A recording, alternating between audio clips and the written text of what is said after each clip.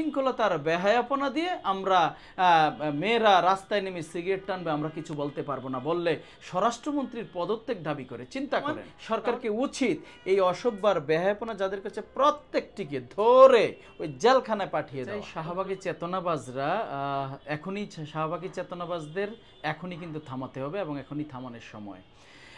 আমরা দেখেছি এই রোজার মাসে, পবিত্র সিয়াম সাধনার মাসে নারীবাদীরা যে ধরনের উচ্ছৃঙ্খলতার বেহায়াপনা করছে, আমরা স্পষ্ট বলছি এই বেহায়াপনা থামাতে হবে, অন্যথায় এটা কিন্তু অন্যদিকে মোড় দিবে। আমরা বুঝতে চাই এরা প্রত্যেকে কিন্তু শাহবাগী চেতনায় ছিল, এরা প্রত্যেকেই শাহবাগী চেতনার বিশ্বাসী, এরা প্রত্যেকেই আসলে নিজেরা কোন ধর্ম পালন করে এটা নিয়েও প্রশ্ন আছে। কিন্তু আজকে দেখেন এই রোজার মাসে একটা মেয়ে, এটা ইউরোপ কান্ট্রি না, এটা বাংলাদেশ, এখানে 90% মুসলমানের দেশ, এখানে মানুষ তার ধর্ম পালন করে নির্দ্বিধায়। কিন্তু তার মানে এই নয় উচ্ছৃঙ্খলতার বেহায়াপনা দিয়ে আমরা মেয়েরা রাস্তায় নেমে সিগারেট টানবে আমরা কিছু বলতে পারবো না বললে স্বরাষ্ট্রমন্ত্রীর পদত্যাগ দাবি করে। চিন্তা করেন তাহলে কতটা চেতনাবাজ। আর তারা আপনার উচ্ছৃঙ্খলতা, এরা প্রত্যেকেই শাহবাগী উচ্ছৃঙ্খলতার সাথে সম্পৃক্ত ছিল।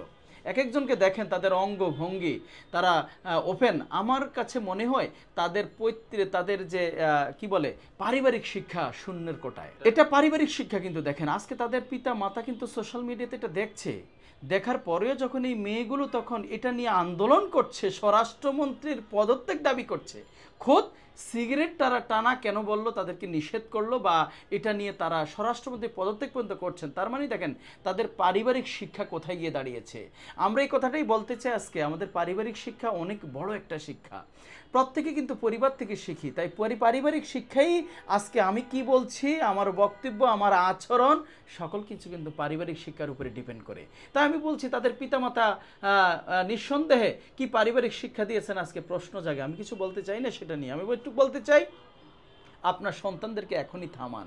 এই উচ্ছৃঙ্খলতার বেহায়াপনা এই রাষ্ট্রে চলবে না, এই বাংলার জমিনে চলবে না। এটা হযরত শাহজালাল শাহপরানের ভূমি, এখানে শুয়ে আছেন তারা, এখানে উচ্ছৃঙ্খলতার বেহায়াপনা করে এই রাষ্ট্রকে ক্ষতিগ্রস্ত করবেন, মানে অস্থিতিশীল সৃষ্টি করবেন, এটা কখনোই আমরা হতে দেব না। তাই বলছি এখনই থামান। সরকারকে উচিত এই অসভ্যার বেহায়াপনা যাদের কাছে প্রত্যেকটিকে ধরে ওই জেলখানায় পাঠিয়ে দেওয়া।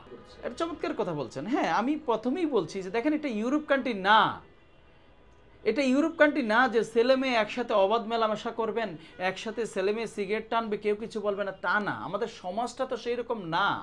হ্যাঁ, আমি বলছি যেটা আমাদের আইনি আছে, ও উন্মুক্ত স্থানে সিগারেট টান, এটা পুরুষ হোক আর নারী হোক, এটা কিন্তু মানে বিধিনিষেধ আছে, জরিমানা কিন্তু আছে। কোনো উন্মুক্ত স্থানে সিগারেট টানতে পারবে না, জরিমানা আছে।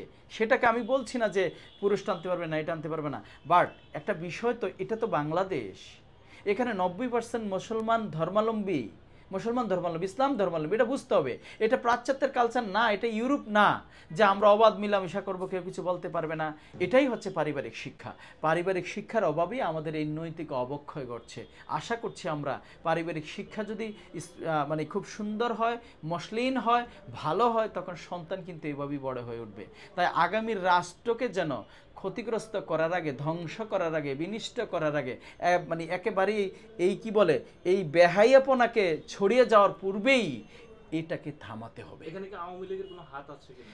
এটা আওয়ামী লীগের হাত বলতে আসলে এখানে রাজনীতিকটা আমরা নাইটা নিবে, এখানে রাজনীতিকটা বিষয়ও না। তবে শাহবাগীদের, যারা শাহবাগীর উত্থান ঘটেছিল, এই শাহবাগী উত্থানের সাথে এদের একটা ওতপ্রোতভাবে সম্পর্ক আছে, এটা বলা যায়। তাই আমি বলছি রাষ্ট্রকে কলুষিত না করার আগেই এ ধরনের বেহায়াপনা এখনই থামাতে হবে।